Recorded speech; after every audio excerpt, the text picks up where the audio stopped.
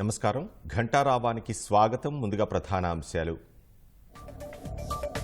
యువతను పారిశ్రామికవేత్తలుగా తీర్చిదిద్దే ప్రయత్నం. ఎంటర్‌ప్రెన్యూర్ డెవలప్మెంట్ ప్రోగ్రాం కార్యక్రమానికి ప్రణాళికలు.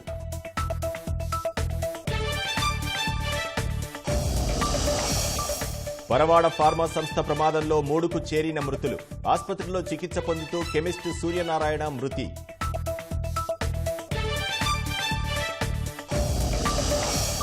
కాకినాడ జిల్లాలో బీటలు వారుతున్న వరి పొలాలు. వైసీపీ పాలనలో కాల్వల పూడిక తీయక అందని నీరు.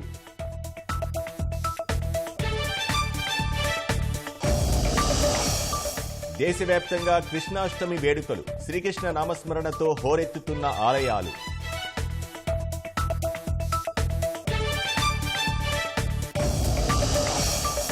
హెజ్బుల్లాపై దాడులు ఆపబోమన్న ఇజ్రాయెల్. పశ్చిమాసియాలో ఉద్రిక్తతలతో అమెరికా, ఇరాన్ అప్రమత్తం.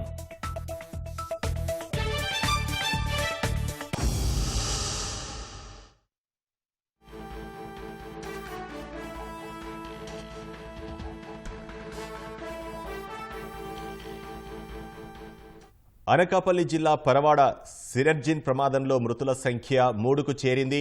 విజయనగరం జిల్లాకు చెందిన కెమిస్ట్ సూర్యనారాయణ ఆసుపత్రిలో చికిత్స పొందుతూ తెల్లవారుజామున మృతి చెందారు. ఇదే అంశానికి సంబంధించి మరింత సమాచారం మా ప్రతినిధి కూర్మరాజు అడిగి తెలుసుకుందాం. కూర్మరాజు, పరవాడ ఫార్మా ప్రమాదంలో గాయపడి ఆసుపత్రిలో చికిత్స తీసుకుంటున్న వారి పరిస్థితి ప్రస్తుతం ఎలా ఉంది? వినోద్, ఈ సినర్జియా ఇంగ్రీడియంట్స్ ప్రైవేట్ లిమిటెడ్ ఆ సంస్థలో ఈ పరవాడ జవహర్లాల్ నెహ్రూ ఫార్మసిటీలో ఈ సంస్థ ఉంది. ఈ సంస్థలో 21 అర్ధరాత్రి దాటిన తర్వాత 22 తెల్లవారుజామున ఈ ప్రమాదం జరిగింది. కెమికల్ ప్రమాదకరమైన రసాయనం నింపిన తర్వాత అది ఆన్ చేసే సమయంలోనే ఆ మ్యాన్ హోల్ కొట్టేసి ఆ రసాయనం బయటికి చిమ్మడం, ఆ చిమ్మి సీలింగ్ ని తాకిన తర్వాత ఏమో అక్కడ ఉన్న కార్మికులు 3 సహాయకులు, 3 హెల్పర్స్, వీళ్ళు 3 జార్ఖండ్కి చెందిన వాళ్ళు. అలాగే కెమిస్ట్ అక్కడ ఆ సమయంలోనే అక్కడే ఉన్నారు. కెమిస్ట్ సూర్యనారాయణ అనేసి ఏమో విజయనగరం జిల్లాకు చెందిన వ్యక్తి, 25 ఏళ్ల యువకుడు. వీళ్ళంతా కూడాను మిగతా కార్మికులు కూడాను 21 నుంచి 23 సంవత్సరాల మధ్యలో ఉన్నవాళ్ళని వీళ్ళందరూ. ఈ ప్రమాదం జరిగిన వెంటనే వాళ్ళని ఒకటిన ఈ విశాఖపట్నంలోని ఇండస్ ఆసుపత్రికి తరలించడం జరిగింది. తరలించిన తర్వాత అక్కడ చికిత్స పొందుతూ 23వ తారీఖు ఉదయాన్నే అంజీరియా అనే ఈ కార్మికుడు చనిపోవడం జరిగింది. అలాగే 25 అంటే నిన్న లాల్ సింగ్ అని మరో కార్మికుడు కూడాను మృత్యువాత పడ్డాడు. ఈ తెల్లవారుజామున ఈ సూర్యనారాయణ అన్న కెమిస్ట్ వీళ్ళందరూ కూడాను అదే ఆసుపత్రిలో చికిత్స పొందుతున్నారు. సూర్యనారాయణ కూడాను కన్నుమూయడం జరిగింది. మరో కార్మికుడు మాత్రం దాన్ని ఏమంటారంటే అత్యంత ప్రమాదకర పరిస్థితుల్లోనే విషమంగా ఉన్నప్పటికీ ప్రస్తుతం చికిత్స అయితే కొనసాగుతోంది. ప్రాణాలతోనేమో నిలపడానికేమో వైద్యులు శ్రమించడం జరుగుతుంది. ఈ మృతి చెందిన సూర్యనారాయణ మృతదేహాన్ని పోస్ట్ మార్టం కోసం విశాఖపట్నంలోని కింగ్ జార్జ్ ఆసుపత్రికి తరలించడం జరిగింది. అయితే ఈ ప్రమాదంలో బాధితులకి నష్టపరిహారం ఏంటి అన్న అంశం మీద ఇంతవరకు ఆ కంపెనీ కానీ లేకపోతే వాళ్ళు కానీ అధికారులు కానీ ఏ స్పష్టమైన ప్రకటన చేయలేదు. అయితే ఈ కుటుంబాలను ఆదుకోవాలని మాత్రం కార్మికుల తరఫు నుంచి కార్మిక సంఘాలు ఇప్పటికే డిమాండ్ చేస్తూ ఉన్నాయి. అలాగే స్థానికుడు ఈ సూర్యనారాయణ అనే వ్యక్తి చనిపోవడంతో ఏమో అక్కడ కేజీహెచ్ దగ్గర ఈ ఆసుపత్రి దగ్గర విషాదకరమైన వాతావరణం నెలకొంది. ధన్యవాదాలు కూర్మరాజు.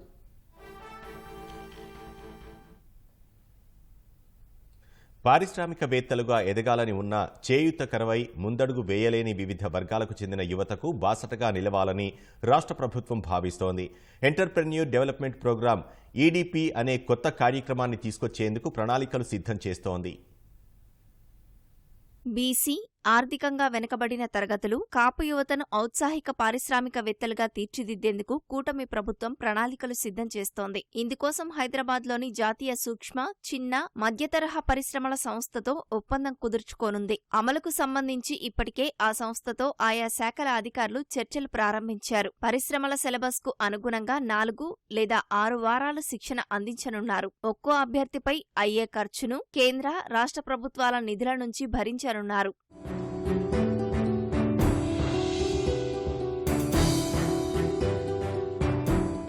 ఏటా 2,000 మందిని ఔత్సాహిక పారిశ్రామికవేత్తలుగా తీర్చిదిద్దేలా అధికారులు ప్రతిపాదనలు సిద్ధం చేశారు. ఇందులో 1000 మంది బీసీలు, ఆర్థికంగా వెనుకబడిన తరగతులకు చెందిన 500 మంది, కాపు సామాజిక వర్గం నుంచి 500 మంది ఉండనున్నారు. ఆయా వర్గాల నుంచి బ్యాచ్కు 30 మంది చొప్పున ఎంపిక చేసి శిక్షణ ఇస్తారు. ఏడాది పొడవునా ఈ కార్యక్రమం కొనసాగేలా అధికారులు కార్యాచరణ సిద్ధం చేశారు. శిక్షణకు ఎంపిక చేసేందుకు ప్రత్యేక విధానం, ప్రశ్నావళిని అనుసరించనున్నారు. మొత్తంగా 5 ఏళ్లలో 9,000 మందిని తయారు చేసేలా రోడ్ మ్యాప్ ను సిద్ధం చేశారు.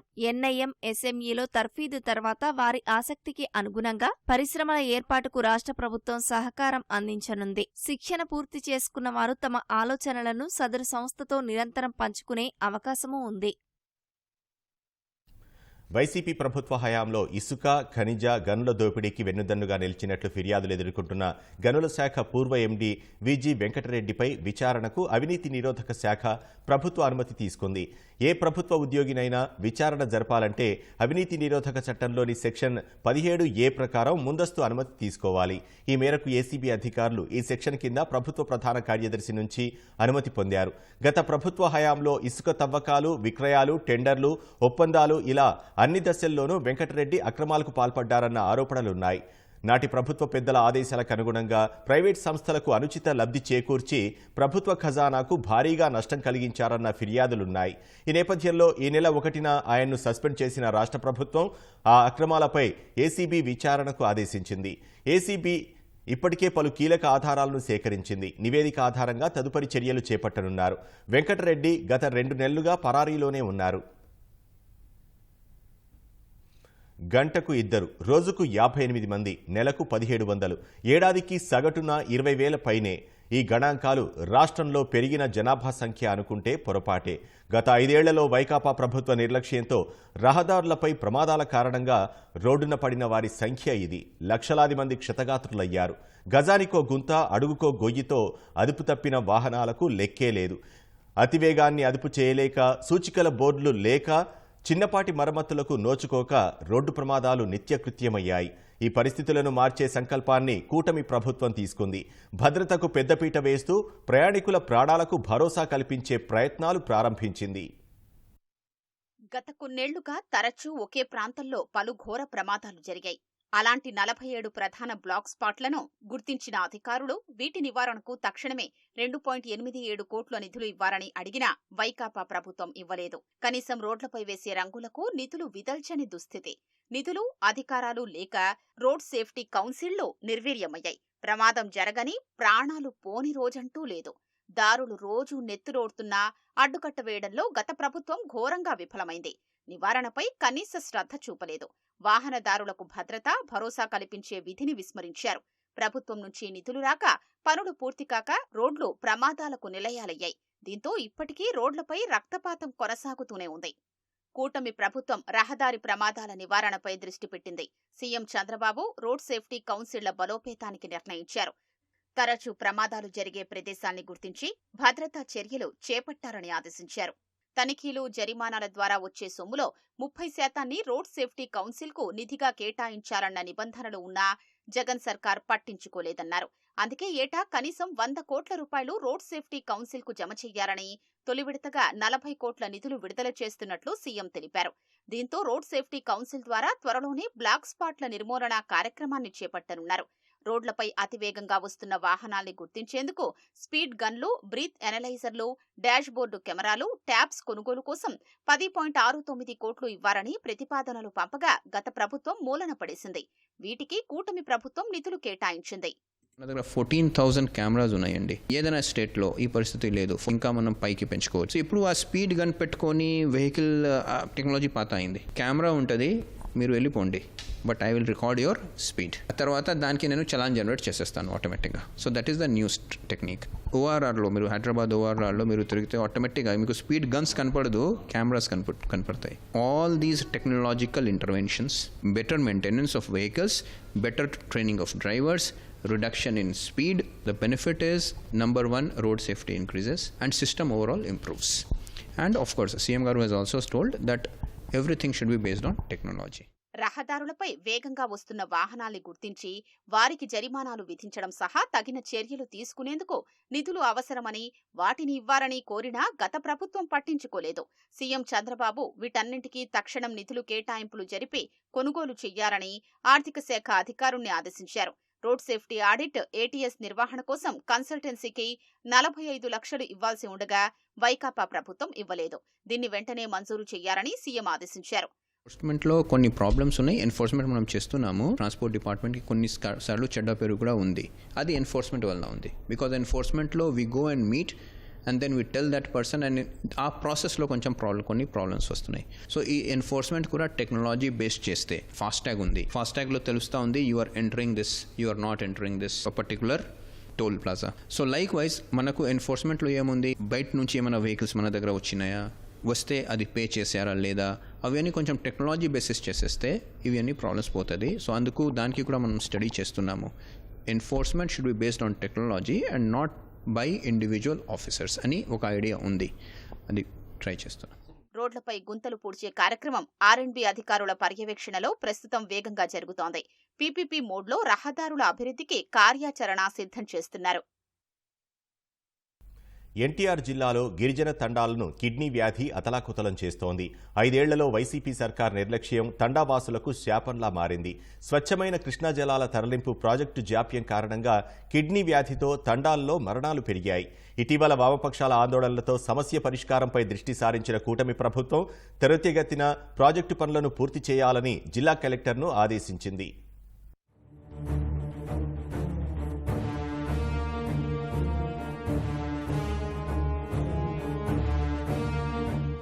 ఎన్టీఆర్ జిల్లాలోని ఏకైక గిరిజన మండలమైన ఏకొండూరులో కిడ్నీ వ్యాధి తీవ్రత పెరుగుతోంది. 15 గిరిజన తండాలు మూత్రపిండ వ్యాధి ప్రభావిత ప్రాంతాలుగా మారాయి. ఒక్కో తండాలో 20 నుంచి 30 బాధితుల వరకు ఉంటున్నారు. 4 పదుల వయసులోనే బాధితులు మృతి చెందుతున్నారు. జలజీవన్ మిషన్ కింద గిరిజన తండాల్లో కృష్ణా జలాల ప్రాజెక్టు చేపడతామంటూ కేంద్ర మంత్రులు హామీ ఇచ్చినా వైసీపీ ప్రభుత్వ హయాంలో కనీసం దస్త్రం కూడా ముందుకు కదల్లేదు. సీఎం హోదాలో జగన్ తిరువూరు నియోజకవర్గంలో పర్యటించి స్వచ్ఛ జలాల ప్రాజెక్టు కోసం 50 కోట్ల రూపాయలను రాష్ట్ర ప్రభుత్వం కేటాయిస్తుందని హామీ ఇచ్చినా నిలబెట్టుకోలేదు. తండాల్లో ఇప్పటికీ మరణాలు నమోదవుతూనే ఉన్నాయి.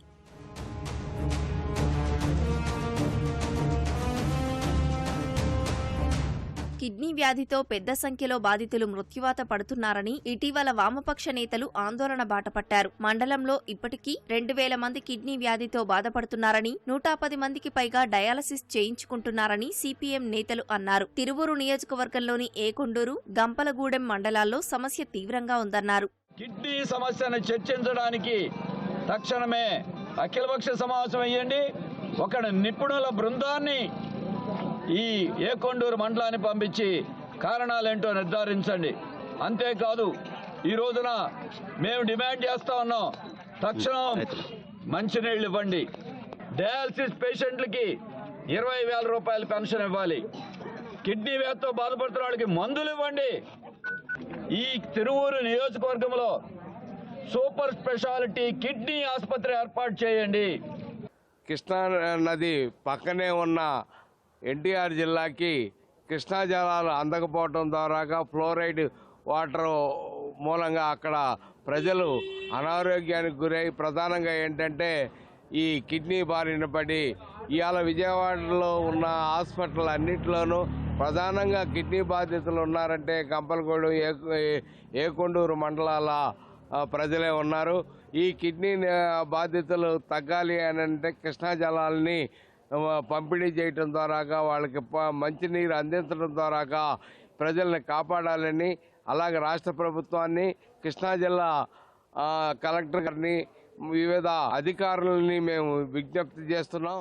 ప్రభుత్వ ఆదేశాలతో ఏకొండూరు మండలంలోని కిడ్నీ వ్యాధుల ప్రభావిత గ్రామాలకు సురక్షిత కృష్ణా జలాలను అందించేందుకు చేపట్టిన ప్రాజెక్టు పనులను వేగవంతం చేస్తున్నట్లు జిల్లా కలెక్టర్ సృజన తెలిపారు. 38 గ్రామాల ప్రజలకు శాశ్వత ప్రాతిపదికన కృష్ణా సురక్షిత మంచినీటిని అందించేందుకు 49.94 కోట్ల వ్యయంతో చేపట్టిన ప్రాజెక్టు పనులను వచ్చే ఏడాది జూన్ 30 నాటికి పూర్తి చేయాలని లక్ష్యంగా నిశ్చయించుకున్నట్లు వెల్లడించారు. ప్రస్తుతం మైలవరం CPWC స్కీమ్ వరకు కృష్ణా జలాలు వస్తున్నాయి. వస్తున్నాయి. అక్కడి నుంచి కుదపలోని సంపు దగ్గరకు జలాలను తీసుకెళ్తున్నట్లు తెలిపారు. ఈ సంపు నుంచి నీటిని ట్యాంకర్ల ద్వారా ఏకొండూరు మండలంలోని వివిధ గ్రామాలకు అందిస్తున్నట్లు వివరించారు. శాశ్వత ప్రాజెక్టు పనులు పూర్తయ్యే వరకు ఈ విధంగా తాత్కాలికంగా ట్యాంకర్ల ద్వారా కిడ్నీ వ్యాధుల ప్రభావిత గ్రామాలకు సురక్షిత మంచినీటిని అందించేందుకు చర్యలు తీసుకుంటున్నట్లు చెప్పారు. ఉండేది గోదావరి డెల్టా పరిధిలోనే అయినా ఏటా వారికి సాగు ఇక్కట్లు తప్పడం లేదు. పొలాలకు నీరందక రైతులు ఆవేదన చెందుతున్నారు. వైసీపీ పాలనలో కాల్వల పూడికతీత పనులు పూర్తిగా పడకేయడంతో సాగునీరు రాక ప్రశ్నార్థకంగా మారింది. కాకినాడ జిల్లా తాళ్లరేవు మండలంలోని వరి పొలాలు ప్రస్తుతం బీటలు వారుతున్నాయి. కాకినాడ జిల్లాలోని గోదావరి డెల్టా శివారు మండలమైన తాళ్లరేవులో సాగునీటి కొరత తీవ్రంగా వేధిస్తోంది. మండలంలోని పి మల్లవరం పరిధిలోని గ్రాంటు ఆయకట్టుకు సాగునీరు అందటం లేదు. 20 రోజులుగా పంట కాలువల నుంచి చుక్క నీరు సరఫరా కావటం లేదు. నీటి సరఫరా నిలిచిపోవడంతో నాట్లు వేసిన వరి పొలాలు బీటలు తీశాయి. గ్రాంటు, పటవల, చొల్లంగి గ్రామాల్లోని సుమారు 800 ఎకరాలకు పైగా వరి దుబ్బలు ఎదుగుదల కోల్పోయాయి. కొన్నేళ్లుగా సార్వా, దాల్వాల్లో సాగునీటి ఇబ్బందులు ఈ ఆయకట్టు పరిధిలో రైతుల్ని వేధిస్తోంది. తాజాగా రోజుల తరబడి నీరు అందకపోవడంతో వేల రూపాయలు పెట్టుబడి పెట్టిన పంట ఎండిపోవడంతో కౌలు రైతులు తీవ్ర ఆవేదన చెందుతున్నారు. మంజర్ నుంచి వచ్చి కాలువ మాది ఎకరానికి 20,000 పెట్టుబడి అయ్యింది. నీరు లేక చేను మొత్తం ఎండిపోయి చచ్చిపోతున్నాయండి. ఇగోండి దాయిలు వచ్చేస్తున్నాయి. ఎవరిని అడిగినా సరే రేపు వస్తుంది మాపు వస్తుంది అంటున్నారు తప్ప రావట్లేదండి. 20 రోజుల బట్టి నుంచి ఇంత లాసిపోయి ఉన్నాం. 10 ఎకరాలు చేను చేస్తున్నాం మేము కౌలుకి. వర్షాలు వేసిన తర్వాత ములిగిపోతే మళ్ళీ 3 సార్లు జల్లుకున్నామని. దాని పరిస్థితి ఇప్పుడు ఏమంటే అన్నది మాకు ఏం అర్థం కాలేదు. నెర కొట్టేసి ఎలా పడుతుందో అదిగో నీరు ఇదిగో నీరు అంటున్నారు తప్ప మాకు పంపించి అవ్వట్లేదు. ఏం చెయ్యాలో మాకు ఏం పాలిపోవట్లేదండి. దాన్ని బట్టి మరి మీరు ఏం సహకారం చేస్తారు మరి ఏంటో అన్నది మీరు చూసి చెప్పాలండి. మంచి వర్షాలు కురిసినాయి విపరీతంగా, కానీ వాటర్ వాళ్ళ సప్లై సరిగ్గా చేయక చాలా ఇబ్బంది పడుతున్నాం.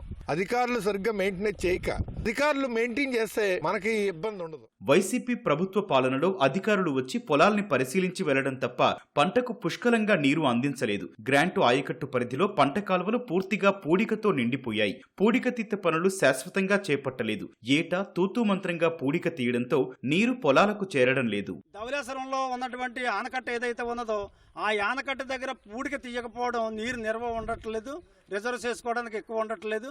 తక్కువ నీరు మూలనే నీరు ఎప్పుడైతే ఆనకట్ట పెరిగిపోతా ఉన్నదో నీరు వెంటనే సముద్రంలో వదిలేస్తూ ఉన్నారు. అందుచేత అక్కడ నీటి రిజర్వ్ చేసుకొని ఎక్కువ రిజర్వ్ చేసుకొని అక్కడ ఉన్నటువంటి పూడికంతా తీయాలి ఒకటైతే. రెండోది సుమారు ఒక 6-7 సంవత్సరాల నుంచి కాలువలు బాగు చేయట్లేదు, పంట కాలువలు బాగు చేయట్లేదు. ఎక్కడ ఎవరో ఒకరు తీసుకున్నారో ఆ తీసుకున్నటువంటి కాంట్రాక్టర్ గత గవర్నమెంట్ డబ్బులు ఇవ్వకపోవడం వల్ల ఆ కాలువలు బాగు చేయట్లేదు. కాలువలు బాగు చేయకపోవడం వల్ల పూడికి పెరిగిపోయి గురపడెక్క అటు తూటుకూర కూడా పెరిగిపోవడంతో పాటు మూడోది ఏంటంటే ఆక్రమణలకు గురి అవుతున్నటువంటి పరిస్థితి ఉన్నది. ఖరీఫ్ లో గోదావరి కాలువ ద్వారా పుష్కలంగా నీరు సరఫరా చేస్తున్న తాళ్లరేవు మండలంలోని శివారు ఆయకట్టు పొలాలకు మాత్రం చేరడం లేదు. మోటార్ల ద్వారా తడులు ఇద్దామన్నా కాల్వల్లోనూ నీరు లేక రైతులు దిక్కుతోచని స్థితిలో కొట్టుమిట్టాడుతున్నారు. నేల్పల్లి డామ్ పైన గోడ ఒకటి కట్టారండి, 3 తొల కాలు కాడ. అది ఇంతకుముందు ఇలా స్పీడ్ బ్రేకర్ ఉందండి, దాన్ని గోడ కింద కట్టారండి. అప్పటి నుంచి కొంత మైనస్ అయిపోమండి. నేను ఇంజిన్ వంతునండి. ఆ ఇంజిన్ వంతునే ఆ తోరలు తీస్తే కానీ మేము వ్యవసాయాలు పండించలేమండి. మాకు గవర్నమెంట్ వారు ఏదన్నా తీసి ఏమన్నా మాకు ఏమైనా ఆదుకుంటానంటే నాట్లు ఏమైనా పెట్టుబడులు పెడతామండి. లేకపోతే ఇంతవరకు చేసిన దానికి మేము ఏమైనా ప్రభుత్వం వారు నష్టపరిహారం ఇప్పిస్తారని మేము కోరుకుంటున్నామండి. కాలం మెయింటెనెన్స్ అసలు బాగాలేదండి. ఎప్పుడు పైన శుభ్ర తోరల గేళ్ళు తవ్వేశారండి. పైన కిందకి వచ్చి నీరు వచ్చినప్పుడు కండి నీరు ఫుల్గా వచ్చిందంటే మొత్తం ములిగిపోతున్నాయండి. ఇలా 10 రోజులు ఒక ఎండ కాసిందంటే ఎండిపోతామండి మొత్తం. ఎప్పుడన్నా సరే ఇంజిన్ వేసి తోడాలి తప్ప నీరు ఎక్కదండి. ఈ రేపు 5-6 సంవత్సరాలు కూడా అంతే అండి. కాలం ఏదో చేస్తానంటారా చెయ్యరు. మొత్తం నెరలు కొట్టేసి నీరు లేదండి మాకు. మీ అందరూ కూడా అధికారులందరికీ నమస్కరించి నీరు పంపించమందిగా కోరుతున్నామండి. ప్రధాన పంట కాలువ ఎగువన పూడికతీత మరమ్మతులు చేస్తున్నామని, పనులు పూర్తయిన తర్వాత నీరు ఇస్తామని జలవనరుల శాఖ అధికారులు చెబుతున్నారు. ఫిషింగ్ హార్బర్ అక్కడి మత్స్యకారుల కళ. వైకాపా సర్కార్ ఆశల వల విసిరింది. ఇదిగో హార్బర్, అదిగో ఉపాధి అంటూ ఊహల పల్లకి ఎక్కించింది. వైకాపా సర్కార్ అంచనాలు పెంచుకొని కమిషన్లు పంచుకోవడం తప్ప పనులు సజావుగా సాగుతున్నాయా లేదా అని పట్టించుకోలేదనే విమర్శలున్నాయి. మొత్తం పనులను సమీక్షించి ఏడాదిలో హార్బర్ను అందుబాటులోకి తెచ్చేందుకు కూటమి ప్రభుత్వం ప్రణాళికలు వేస్తోంది.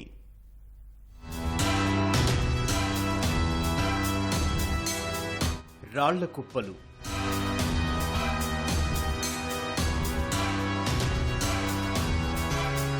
బురద మీటలు.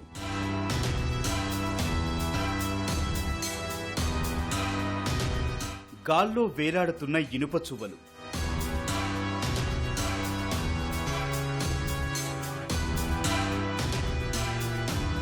అసంపూర్తిగా వెక్కిరిస్తోన్న నిర్మాణాలు.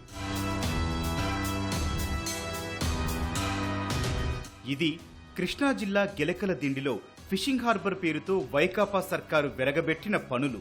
2023 మార్చి నాటికి ఫిషింగ్ హార్బర్ నిర్మిస్తామని నాటి ప్రభుత్వ పెద్దలు ప్రగల్భాలు పలికారు. కరోనా సాకుతో 2024 సెప్టెంబర్కు గడువు పొడిగించారు. ఎప్పటికప్పుడు జాప్యం చేస్తున్న గుత్తేదారు సంస్థ ఇంకో నెలలో పూర్తి చేయడం అసాధ్యం. ఎక్కడెక్కడే ఉన్నాయి చూస్తున్నారు కదండి. అక్కడ ఇప్పుడు వేసారు, పునాదులు వేసారు, పునాదులు అలా ఉండిపోయాయి.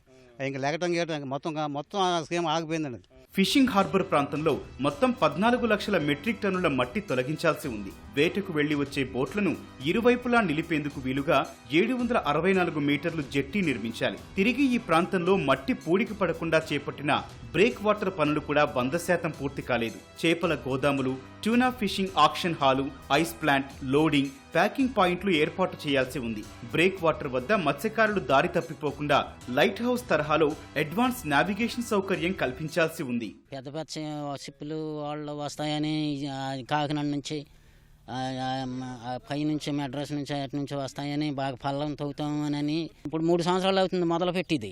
ఇంకా డెవలప్ పెరగల. ఏరు వెనక్కి లాగినప్పుడు మాకు బోట్లు లోపలికి వెళ్తాకి ఇల్లేదు, మెరకేసిపోయింది మోగ. అవన్నీ ప్రభుత్వం కడతాడు. వైఎస్ఆర్ కాడ అవలా పనులు చంద్రబాబు నాయుడు ఈ ప్రభుత్వంలో నాగిస్తోదేమో అని మా ఆశ. అరుదైన మత్స్య సంపద లభ్యమయ్యే ప్రాంతంగా గిలకల దిండికి గుర్తింపు ఉంది. 1610 నుంచే ఇక్కడి చేపలు, రొయ్యలు, పీతలను విదేశాలకు, దేశంలోని ఇతర ప్రాంతాలకు రవాణా చేసేవారు. మత్స్య సంపదను తీరంలోనే ప్రాసెసింగ్ చేసి ఎగుమతి చేసేందుకు వీలుంది. రోజు టన్నుల కొద్దీ సరుకు లారీలో కేరళ, మహారాష్ట్ర, కర్ణాటక సహా ఈశాన్య రాష్ట్రాలకు ఎగుమతి చేస్తారు. ఏటా 2 లక్షల టన్నుల సముద్ర ఉత్పత్తులు ఎగుమతవుతుంటాయి. అయినా కనీస మౌలిక వసతులు కానరావడం లేదు. ఫిషింగ్ హార్బర్ మట్టితో పూడుకుపోయి బోట్లు కూరుకుపోతున్నాయి. నష్టాలు భరించలేక మత్స్యకారులు వేరే వృత్తి చూసుకుంటున్నారు. గతంలో 200 బోట్ల వరకు గిలకల దిండిలో వేటకు వెళ్లేవి. ఇప్పుడు 100కే పరిమితమయ్యాయి. హార్బర్ నిర్మాణంలో జాప్యం ఉపాధికి ఇబ్బందిగా మారింది. హార్బర్ అంటూ కడితే నలుగురికి ఉపయోగపడుతుందండి. దానివల్ల బోట్లు తిరగటం కానీ, పోటుబాటు లేకుండా తిరగడం కానీ, పొద్దున్నే బోట్లు వస్తే నలుగురు అక్కడ వ్యాపారాలు చేసుకోవడానికి కానీ, వల్ల పని చేసుకోవడానికి కానీ అంతా బాగుంటుంది. రన్నింగ్ ఎప్పుడు రన్నింగ్ ఉంటుంది. మీ కిలకల దీనిలో పాటాడుకునే వాళ్ళు కానీ, చేప వచ్చి ఇక్కడ చేప మొక్కల నుంచి వచ్చి ఇక్కడ ఉండటం కానీ బాగుంటుంది. ఆట కానీ అన్నిటికీ బాగుంటుంది. స్టార్ట్ చేశారు కానీ ఏమీ అవ్వలేదు. ఇంకా ఇప్పుడు వరకు ఏం లేవు అసలు. గిలకల దిండి అంతా మత్స్యకారులమే. మళ్ళీ తర్వాత క్యామ్లీపేట ఉందంటే క్యామ్లీపేట కూడా మత్స్యకారులు, తుమ్మలపాలెం ఉన్నాయి. దగ్గర ఊళ్ళో అంతా మత్స్యకారులు ఎక్కువ మేము. ఇది మరి తొందరగా అవుతే మాకు మంచిదని చూస్తున్నాము. ఇప్పుడైతే అడ్డం వచ్చి చేపలు రాకపోవటం మాకు కొన్ని ఇబ్బందులు జరుగుతున్నాయి. అది పూర్తిగా అయిపోతే మాకు చేపలు కూడా నడిబడి ఉంటుందని చూస్తున్నాం మేము కూడాను. వైకాపా సర్కారు మత్స్యకారులను మభ్యపెట్టి ఫిషింగ్ హార్బర్ పేరుతో కమిషన్లు కొట్టేయడం తప్ప చేసిందేమీ లేదన్నారు మంత్రి కొల్లు రవీంద్ర. ప్రస్తుత పనుల పురోగతిని సమీక్షించి గుత్తేదారును కొనసాగించాలా, వేరొకరికి అప్పగించాలా అనేది నిర్ణయం తీసుకుంటామని చెప్పారు. ఓ స్పష్టమైన ప్రణాళికతో ఏడాది వ్యవధిలో హార్బర్ పూర్తి చేస్తామని తెలిపారు. 1999లో మంత్రివర్యులుగా ఉన్న నడుగుతు నరసింహారావు గారు ఆ రోజు చంద్రబాబు నాయుడు గారిని రిక్వెస్ట్ చేసి ఫిషింగ్ హార్బర్ నిర్మాణం చేయడం జరిగింది. దాదాపు 2002లో ఇది ప్రారంభోత్సవం కూడా చేసుకోవడం జరిగింది. అప్పటి నుంచి ఇక్కడ ఫిషింగ్ బోట్స్ అన్ని కూడా ఇక్కడ వాళ్ళ మెటీరియల్ అన్ని ఇక్కడ దింపుకోవడం, ఆయిల్ ఫిల్ చేసుకోవడం జరుగుతుంది. దాన్ని ఎక్స్టెండ్ చేయాలని చెప్పి లాస్ట్ గవర్నమెంట్లో మేము 14-19 సంవత్సరంలో కేంద్ర ప్రభుత్వం సహకారంతో దాదాపు 220 కోట్ల రూపాయలు నిధులు కూడా తీసుకురావడం జరిగింది. టెండర్ స్టేజ్కి వచ్చినప్పుడు ఈలోపు ఎన్నికలు వచ్చినాయి. వైఎస్ఆర్ ప్రభుత్వం రావడం, చివరికి 220 కోట్లు ఉన్నటువంటి ఏదైతే డిపిఆర్లు ఇవన్నీ ఉన్నాయో దాదాపు 450 కోట్లకి ఎస్టిమేట్స్ పెంచి టెండర్లు పిలుచుకుని వాళ్ళ అనుయాయులకు ఇప్పించుకుని పైపైన మట్టి తీశారు తప్ప ఏం చేయాలి. కింద ఫౌండేషన్స్ వేసి వదిలేశారు, బిల్లులు చేసుకున్నారు. ఈ పని ఇంతటితో ఆపేశారు. ఇవాళ ఇమ్మీడియట్గా దాన్ని టేకప్ చేసి రాబోయే 1 ఇయర్లోనే ఇది కంప్లీట్ చేయాలని చెప్పి మేము టార్గెట్గా పెట్టుకోవడం జరిగింది. కొత్త ప్రభుత్వం త్వరితగతిన హార్బర్ పూర్తి చేసి తమ ఉపాధికి భరోసా ఇవ్వాలని మత్స్యకారులు కోరుతున్నారు. హార్బర్ కనుక నిర్మాణం జరిగితే ఇక్కడి నుంచి కూడా పెద్ద బోట్లలో తాము వేటకు వెళ్ళి ఆ మత్స్య సంపదను తీసుకువస్తే తమ కుటుంబాలు ఇబ్బంది లేకుండా జీవనం సాగిస్తాయంటూ కూడా మత్స్యకారులు చెప్తున్నారు. కెమెరామెన్ గోపితో Srinivas, CTV news, Machilipatnam, Gilakaladindi harbour. Srikrishna Janmashtami సందర్భంగా దేశవ్యాప్తంగా ఇస్కాన్ ఆలయాలు భక్తులతో కిటకిటలాడుతున్నాయి. ఉదయం నుంచే భక్తి శ్రద్ధలతో గోపాలుణ్ణి పూజిస్తున్నారు. భజనలు, నృత్యాలతో మురళీధరుణ్ణి కొలుస్తున్నారు. దేశవ్యాప్తంగా ఆలయాలు శ్రీకృష్ణ నామస్మరణతో హోరెత్తుతున్నాయి. పలుచోట్ల రాజకీయ ప్రముఖులు సాంస్కృతిక కార్యక్రమాల్లో పాల్గొన్నారు.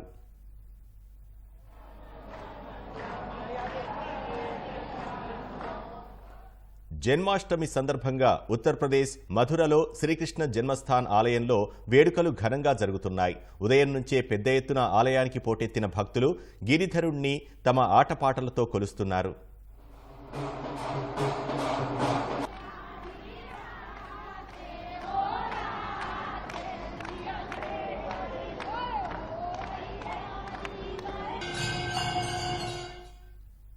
శ్రీకృష్ణ జన్మాష్టమిని పురస్కరించుకుని ఉజ్జయిని మహాకాళేశ్వర ఆలయంలో ప్రత్యేక భస్మహారతి నిర్వహించారు. అధిక సంఖ్యలో భక్తులు హాజరై పూజల్లో పాల్గొన్నారు. ఢిల్లీలోని ద్వారకా సెక్టార్ 10లో దివ్యజ్యోతి జాగృతి సంస్థాన్ నిర్వహించిన శ్రీకృష్ణ జన్మాష్టమి మహోత్సవంలో BJP MP Kamaljeet Sehrawat, Delhi BJP అధ్యక్షుడు వీరేంద్ర సచ్దేవా పాల్గొన్నారు. ఢిల్లీలోని శ్రీ లక్ష్మీనారాయణ ఆలయంలో ఉదయం హారతి నిర్వహించారు. కొందరు కళాకారులు పిల్లన గ్రోవిని వాయించి గోపాలుడిపై తమ భక్తిని చాటుకున్నారు.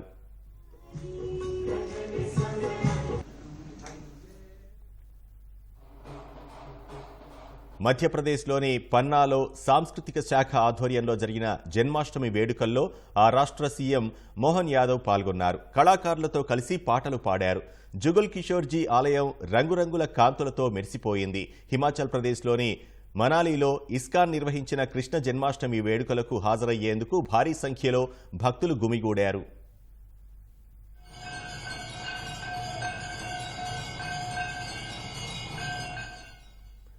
జన్మాష్టమిని పురస్కరించుకుని గుజరాత్ అహ్మదాబాద్లోని ఇస్కాన్ ఆలయానికి భక్తులు భారీగా తరలివచ్చారు. ఆటపాటలతో గోపాలుడిని పూజించారు. మహారాష్ట్రలోని చౌపట్టి ఇస్కాన్ ఆలయంలో ఉదయం హారతి నిర్వహించారు. అధిక సంఖ్యలో భక్తులు ప్రత్యేక పూజల్లో పాల్గొన్నారు. కృష్ణాష్టమి వేడుకల్లో భాగంగా విజయవాడ ఇస్కాన్ మందిరంలో కృష్ణునికి ప్రత్యేక పూజలు చేశారు. ప్రాంగణంలో బృందావనం నమూనాను తయారు చేసి రాధాకృష్ణులకు ఊంజల్ సేవ నిర్వహించారు. అనంతరం వైభవోపేతంగా పంచామృతాలతో అభిషేకం చేశారు. ఆ తర్వాత శ్రీ జగన్నాథ స్వామికి 2000 కిలోల పుష్పాలతో పుష్పాభిషేకం నిర్వహించారు. స్వామివారికి విశేష హారతులు, కీర్తనలతో పాటు 108 రకాల పిండి వంటలు అర్పించారు. సాంస్కృతిక కార్యక్రమాలు ఆకట్టుకున్నాయి.